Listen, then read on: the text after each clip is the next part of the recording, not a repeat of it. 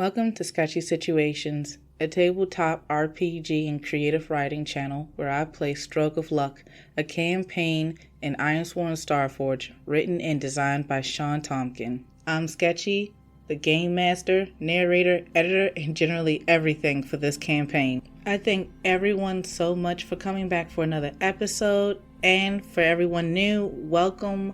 I'm looking forward to this little family growing. It is really a doozy trying to get these out every week, and I know that I could do the smart thing and make it every 2 weeks, but go big or go home, right? I have no major announcements except for you can also find these episodes on Spotify, as well as I have a story that continues on my website, strokeofluck-sketchy.blogspot.com, where I play a amnesiac techie named Chipset, and she is in the middle of an expedition trying to save Silver Talon, a Nix Station fueling ship, from an impending bailstorm. And if you want a lot of little tiny updates, you can follow me on Twitter at sketchy_. And you can find all of that as well as the assets that I use in the description below. So now we're jumping into it. Last episode, ERIN SLATER took on a troublesome expedition through a abandoned corridor leading to the excavation site down below. The situation grew progressively worse, to the point that he was fighting off what I am insistently calling mouse-capuffs, but I was given a pretty good image of what my mouse-capuffs looked like, and it was Kirabo from Digimon, and of course I can't remember things in the moment. I won't lie, I wasn't familiar. I was not a Digimon fan growing up. That aside, he continued on until he thought he was really close to leaving and went on a short detour where he found a nice little piece of data, hopefully. He exited out with no further problems, and now here we are. I'm going to first add a tick to my Discovery Legacy track, which is a result from finishing an expedition with a troublesome expedition.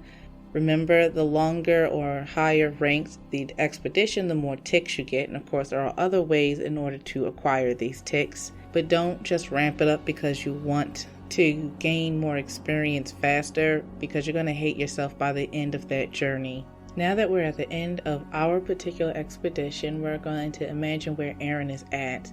I'm going to give it kind of its generic underground cave look, but with less of the gray rocks and a dusty, dirty, brownish look. More of lichen and other such things around, but they're small in comparison. Without being out in the open air, they don't spread as well without wind. Now down here, he has zero idea where Juro Kwan is and no idea where anyone else is. This would be a brilliant time to make a connection move, but I really wonder if he can hear anything. So I'm going to roll. I have Colossal and Battleground. Alright, I can see something here. He's going to adjust his appearance, get a lot of that dirt soot, some of that disheveled look, and make himself look cleaned up and a bit regal.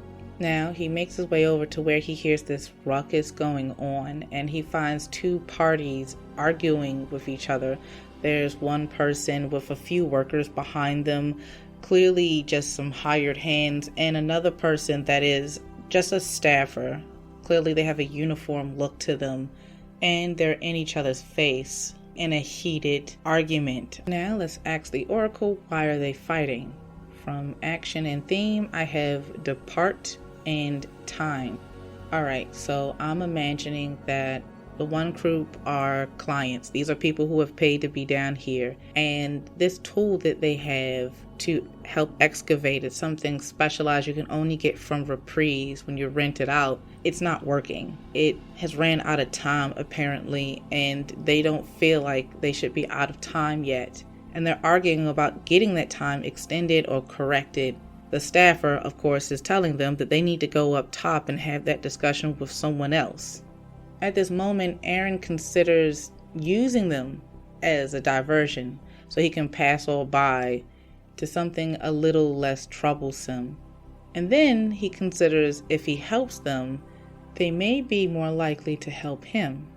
While he's tossing through these choices, it makes him remember a time when he was younger, much younger, the kind of younger where you're sitting on a stool and your legs are swinging. You're not yet embarrassed by that fact. And his hair was longer. It wasn't cut on the sides. It was moppy on top. And he was playing cards with his mentor. This whole handful of cards. And she looks absolutely irritated that he's taking a horrendously long time to make a choice on what card to play. She finally says, "You've got too many cards in your hand not to have something to put down, ERIN. Just put something down already." And he says, "It's not that easy. You always have something better." She says, "'Cause you're easy to read. Look, just surprise me. Surprise yourself. Do something different." And he lays down a card. It's different from his usual pulls. But in no time, she slams down a full-on destroyer and cleans the pile up. It's just a pile of snacks, but it was snacks that he really wanted. He sits back, huffing and puffing, his arms folded. "I did what you said." "Yeah, sometimes I give bad advice. Sometimes it's good and it doesn't work. And sometimes you're just going to lose no matter what you do." ERIN squints at her, really critical. "So you set me up?" She smiles and doesn't say yes or no. And he sits back, watches her finish shuffling. Finally, she's done shuffling and starts dealing out more cards. "You ready for another hand?" So now, instead of pussyfooting back and forth, he decides, all right, I'm going to just step in here. I'm going to do something. I'm going to help. I'm going to roll compel, and I'm going to use heart because he's just coming at them as a person. He's not going to fake as a hunter or threaten anybody. He's just going to try to help, which is not something he usually does. And I have a miss. We're starting the show on a miss. On a miss, they refuse or make a demand that costs you greatly. Pay the price. So I don't need to roll for this one. It's obvious. They're irritated this nobody from nowhere butts in and has input. But before I go into what they say, let's find out what the leader of the angry group is. I have Kai Braddock, pronouns she, her, call sign Blue Wing. She looks weathered. Her disposition is angry. I just sort of chose that because it was obvious for the situation. And her role is Spacer. As for the staffer, we have Brennan Carr. His pronouns are he and him. First look, he's armed. And his disposition is demanding. His role is a healer. So, to summarize that, Kai is an old spacer in a sense, a veteran to this. Goes from place to place, finding the next opportunity. She's old school. And Brennan is set up with the standard equipment for being down here. Even a weapon, as occasionally creatures appear and every now and then clients are disgruntled, like this one. But he has a tag on his uniform that shows that he is a medic down here, and clearly a higher ranking one. Kai looks at him absolutely livid. Of course you're on their side. You probably actually got something out of this dump. Well, I'm not leaving until I get my money's worth. And the healer says to him, I appreciate your support, but it's more of a detriment. Hold on. Where's your equipment? Are you lost? Please, hold there a moment. I'll be right there to assist you. Look, you don't need to worry about me. I'm on my way, but I just don't see a point in fighting over this. You're gonna get kicked out anyway and still not get what you want. And Brennan says to Kai, I can't adjust the timer on your tool. You have to take the elevator and speak to an administrator to have your time extended and to issue your complaints. And Kai says in response, I don't need my time extended because I shouldn't have run out. I still had an entire day's worth. And your crude elevator, it's not working. So as far as I'm seeing, we're settling this down here. The arguing back and forth begins and continues onward. ERIN has solved nothing, if not made it worse. His eyes roll in the back of his head, and he feels himself slowly reaching into his pocket to retrieve the old badge. We're going to secure an advantage with Shadow and Scoundrel, and I have a strong hit. Maybe not. So I'll admit, at first I wasn't going to keep this because I didn't want to rely on his badge repeatedly. An old trick becomes old really fast. And then I saw this come up. I am not knocking Stargazer at all. What I want to highlight is that you can't have more than 10. As per page 32 of the rulebook and page 116 of the reference guide, your action score is never greater than 10. So unless you have an asset ability that allows for you to reroll, 10 will always leave you with at least a weak hit. In the meantime, I'm going to take a +1 to my next roll. So ERIN pulls out this badge in the most unenthused way, holding it up lazily and then putting it down, saying, I'm going to have to break this up then, before it gets out of hand. Look, I'm not in gear because I'm down here on business.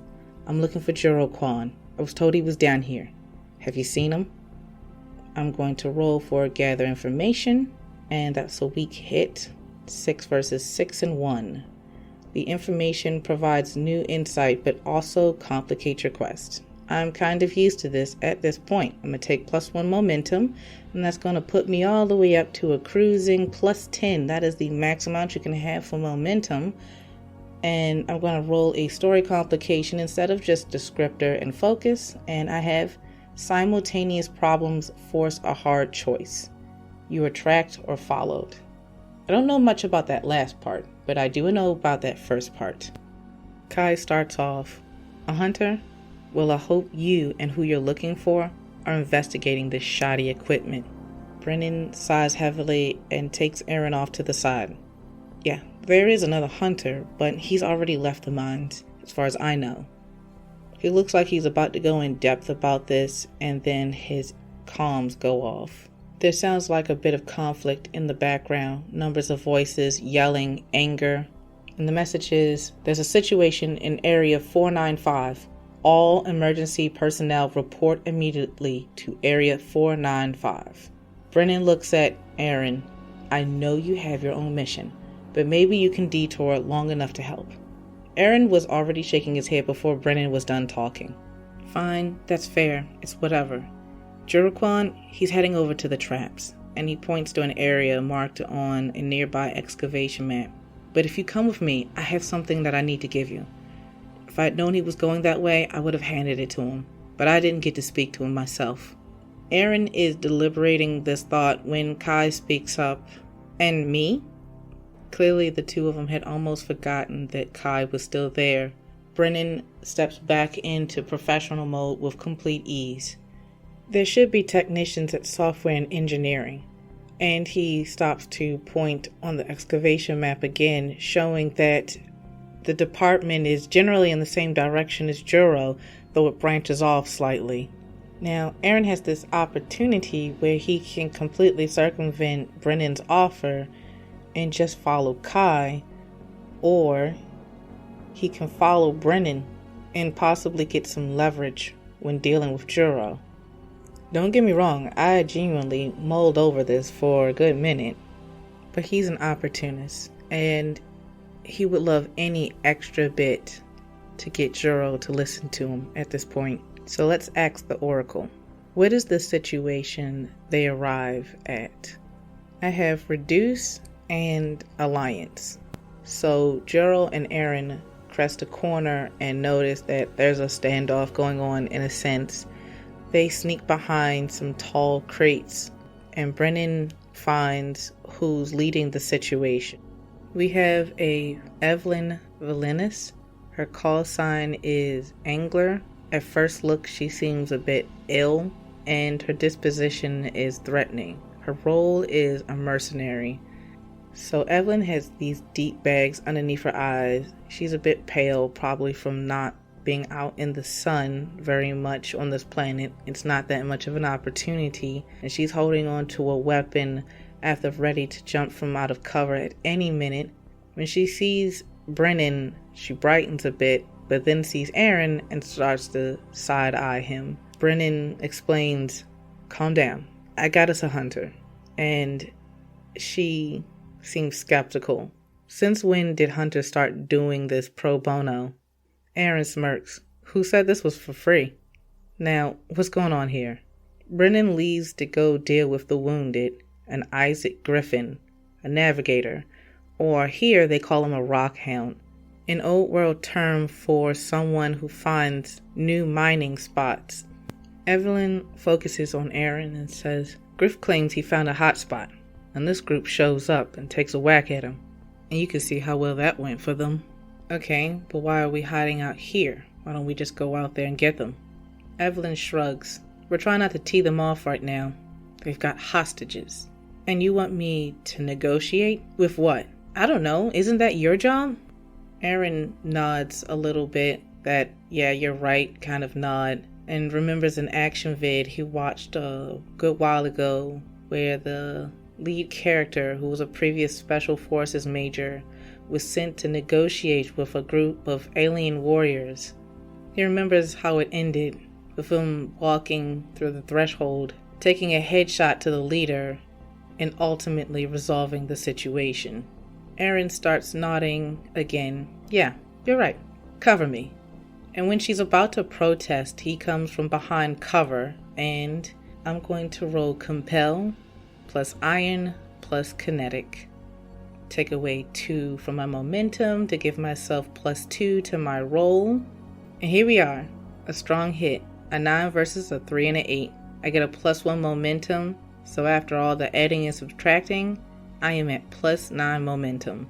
So the way ERIN does this, well, he can't do it like he saw it in that vid, but he has something he feels like is plenty cooler than that. He swipes both hands like he's opening curtains, and the equipment that was hiding the group slams against the cave walls, revealing them. And while they're in their surprise, he raises his right hand and lifts up one of them, seizing them in the air, squeezing a little bit to keep them in place, and says, I'm here to negotiate.